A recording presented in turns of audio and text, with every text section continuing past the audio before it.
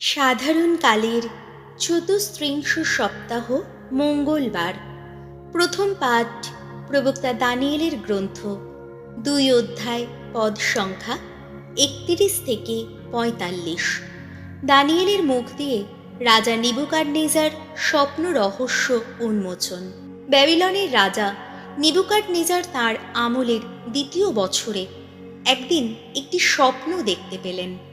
Danijel তাঁর কাছে এসে তার স্বপ্ন রহস্য উন্মোচন করে তাকে বললেন, মহারাজ, আপনি সেদিন যে দিব্য দর্শন দেখতে পেয়েছিলেন তাতে আপনি দেখতে পেয়েছিলেন বিরাট একটা মূর্তি। কি বিশাল ওই মূর্তি, কি উজ্জ্বল, দাঁড়িয়ে আছে আপনারই সামনে। দেখতে কি ভয়ঙ্কর।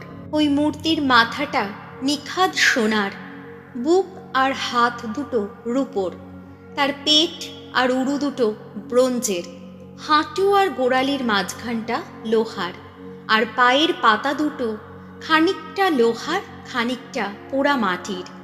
আপনি মূর্তিটার দিকে তাকিয়ে আছেন, এমন সময় কারো হাতে স্পর্শ ছাড়াই পাহাড়ের গা থেকে হঠাৎ খসে পড়ল একখানা পাথর।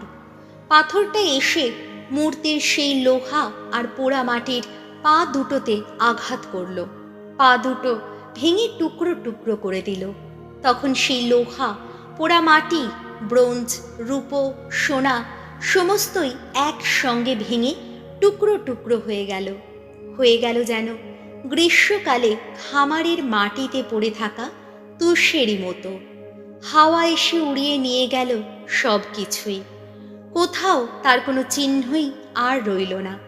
এদিকে ওই যে পাথরটা মূর্তিটাকে আঘাত করেছিল, সেটা নিজেই তখন হয়ে উঠল একটা বিরাট পর্বত, জগৎ জোড়া একটা পর্বত। হ্যাঁ, এই তো আপনার দেখা সেই স্বপ্ন। আর সেই স্বপ্নের অর্থ আমি এখন মহারাজ আপনার সামনে বুঝিয়ে বলছি। মহারাজ, আপনি হলেন সকল রাজার রাজা। স্বয়ং স্বর্গীশ্বর আপনাকেই দিয়েছেন রাজ্য, ক্ষমতা, পরাক্রম আর গরিমা। মানুষেরা, বন্য পশুরা আর আকাশের পাখিরা যারা যেখানেই বাস করুক না কেন, তিনি আপনারই হাতে তাদের তুলে দিয়েছেন। আপনাকেই করে তুলেছেন তাদের সকলের প্রভু। আসলে আপনিই হলেন সেই সোনার মাথা। কিন্তু আপনার রাজত্বের পরে উদ্ভব হবে অন্য একটি রাজ্যের, যেটি আপনার রাজ্যের চেয়ে কম শক্তিশালী হবে। তারপর উদ্ভব হবে 3য় একটি রাজ্যের, সেটি হবে ব্রোঞ্জের রাজ্য। সারা পৃথিবীর ওপরেই থাকবে তার কর্তৃত্ব। তারপর আসবে 4র্থ একটি রাজ্য, লৌহ কঠিন এক রাজ্য। লোহা যেমন অন্য সব কিছুই ভেঙে টুকরো টুকরো করে দেয়, চুরমার করে দেয়, লোহা যেমন অন্য সব কিছু চূর্ণ বিচূর্ণই করে দেয়, সেই রাজ্য তেমনি আগের ওই সমস্ত রাজ্যকে ভেঙে টুকরো টুকরো করে দেবে, চূর্ণ বিচূর্ণই করে দেবে। আর আপনি সেই যা দেখেছেন, ওই মূর্তিটার সেই 2টো পা আর পায়ের আঙুলগুলো যা খানিকটা কুমোরের পোড়া মাটির আর খানিকটা লোহার। তার মানে এই যে ওই রাজ্যটি একদিন বিভক্ত হবে, কিন্তু তবুও তার মধ্যে থাকবে লোহার খানিকটা দৃঢ়তা। কেননা আপনি তো পোড়া এঁটেল মাটির সঙ্গে মেশানো সেই লোহাই দেখেছেন, কিন্তু পায়ের আঙুলগুলো যেমন খানিকটা লোহার খানিকটা পোড়া মাটির, তেমনি সেই রাজ্যের একটি অংশ হবে শক্তিশালী আর অন্য অংশটি হবে ভঙ্গুর। আর আপনি ওই যে দেখেছেন পোড়া এঁটেল মাটির সঙ্গে মেশানো রয়েছে লোহা, তার মানে এই যে ওই 2টি অংশের মধ্যেও সেই রকম একটা মিশ্রণ, প্রজননগত একটা মিশ্রণই ঘটবে, কিন্তু তাতেও প্রকৃত কোনো মিলন বন্ধন গড়ে উঠবে না। যেমনটি পোড়া মাটির সঙ্গে লোহা মিশ খায় না কখনো। সেই সব রাজার আমলে কিন্তু স্বর্গীশ্বর এমন একটি রাজ্য স্থাপন করবেন যা কোনো দিনই বিনষ্ট হবার নয়। আর সেই রাজ্য অন্য কোনো জাতির হাতেও যাবে না কখনো, বরং তা ওই সব রাজ্যকে ভেঙে টুকরো টুকরো করে দেবে, একেবারে নিশ্চিহ্নই করে দেবে। সেই রাজ্য কিন্তু হবে চিরস্থায়ী। আর আপনি তো ঠিক তাই দেখেছেন। কারো হাতে স্পর্শ ছাড়াই একটা পাথর পাহাড়ের গা থেকে খসে পড়ল এবং সেটি ওই লোহা, ব্রোঞ্জ, পোড়া মাটি, রূপো, সোনা সমস্ত কিছুই ভেঙে টুকরো টুকরো করে দিল। ভবিষ্যতে যা অবশ্যই ঘটবে, মহান ঈশ্বর আপনাকে, মহারাজ, সে কথাই তো জানিয়ে দিয়েছেন। হ্যাঁ, ওই স্বপ্নটি সুনিশ্চিত এবং তার এই ব্যাখ্যাও বিশ্বাসযোগ্য। প্রভুর বাণী।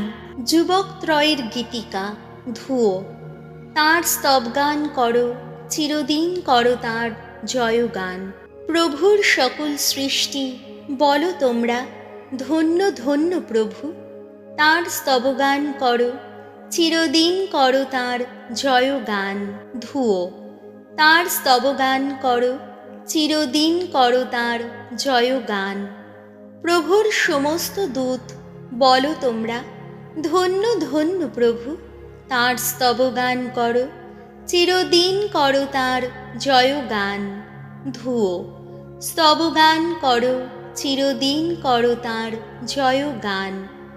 ঊর্ধ্বাকাশ বলো তুমি, ধন্য ধন্য প্রভু। তাঁর স্তবগান করো, চিরদিন করো তাঁর জয়গান। ধুয়ো। তাঁর স্তবগান করো, চিরদিন করো তাঁর জয়গান। নবশীর্ষের সর্বজলরাশি বলো বার বার, ধন্য ধন্য প্রভু। তাঁর স্তবগান করো, চিরদিন করো তাঁর জয়গান। ধুয়ো। তাঁর স্তবগান করো, চিরদিন করো তাঁর জয়গান। প্রভুর সকল শক্তি বাহিনী বলো বার বার, ধন্য ধন্য প্রভু। তাঁর স্তবগান করো, চিরদিন করো তাঁর জয়গান। ধুয়ো। তাঁর স্তবগান করো, চিরদিন করো তাঁর জয়গান। বাণী বন্দনা। জয় জয় প্রভুর জয়, আমরণ বিশ্বস্ত থেকো তুমি, আমি তোমাকে দেব জীবন মুকুট। জয় জয় প্রভুর জয়। লুক রচিত মঙ্গল সমাচার 21 অধ্যায়, পদ সংখ্যা 5 থেকে 11। মহামন্দিরের ধ্বংস সম্বন্ধে যিশুর ভবিষ্যৎবাণী। একদিন যিশুর কয়েকজন শিষ্য মন্দিরের সম্বন্ধে বলছিলেন যে কেমন সব সুন্দর পাথরে আর মানত দেওয়া নানা জিনিসে মন্দিরটি সাজানো রয়েছে। তখন যিশু বললেন, তোমরা এই যে সব জিনিস আজ মুগ্ধ হয়ে দেখছো, এমন এক সময় আসবে যখন একটা পাথরের ওপর আর একটা পাথরও এখানে থাকতে দেওয়া হবে না, সবই সেদিন ধুলোয় লুটিয়ে দেওয়া হবে। তারা যিশুকে জিজ্ঞেস করলেন, ওই সব ঘটনা কবে ঘটবে গুরু? কোন লক্ষণ দেখেই বা বুঝব সব কিছু ঘটতে চলেছে? তিনি উত্তর দিলেন, শোনো, সতর্ক থেকো তোমরা, কারো কথায় ভুলো না যেন। কেননা আমার নাম নিয়ে অনেকেই তো আসবে আর বলবে, আমিই তিনি, কিংবা বলবে সময় এগিয়ে আসছে। তোমরা কিন্তু তাদের পিছু পিছু যেও না যেন। তেমনি তোমরা যখন নানা যুদ্ধ ও বিপ্লবের কথা শুনতে পাবে, তোমরা তখন ভয় পেও না যেন। ওসব অবশ্য আগে ঘটবেই, কিন্তু সেই শেষ যে তখনই ঘটবে তা নয়। যিশু বলতে লাগলেন, এক জাতির বিরুদ্ধে অন্য জাতি, এক রাজ্যের বিরুদ্ধে অন্য রাজ্য যুদ্ধ শুরু করে দেবে। প্রচণ্ড ভূমিকম্প আর নানা জায়গায় দুর্ভিক্ষ ও মহামারী দেখা দেবে, আর আকাশের বুকে দেখা যাবে ভয়ঙ্কর সব দৃশ্য, আশ্চর্য যত অলৌকিক নিদর্শন। প্রভু যিশুর মঙ্গল সমাচার।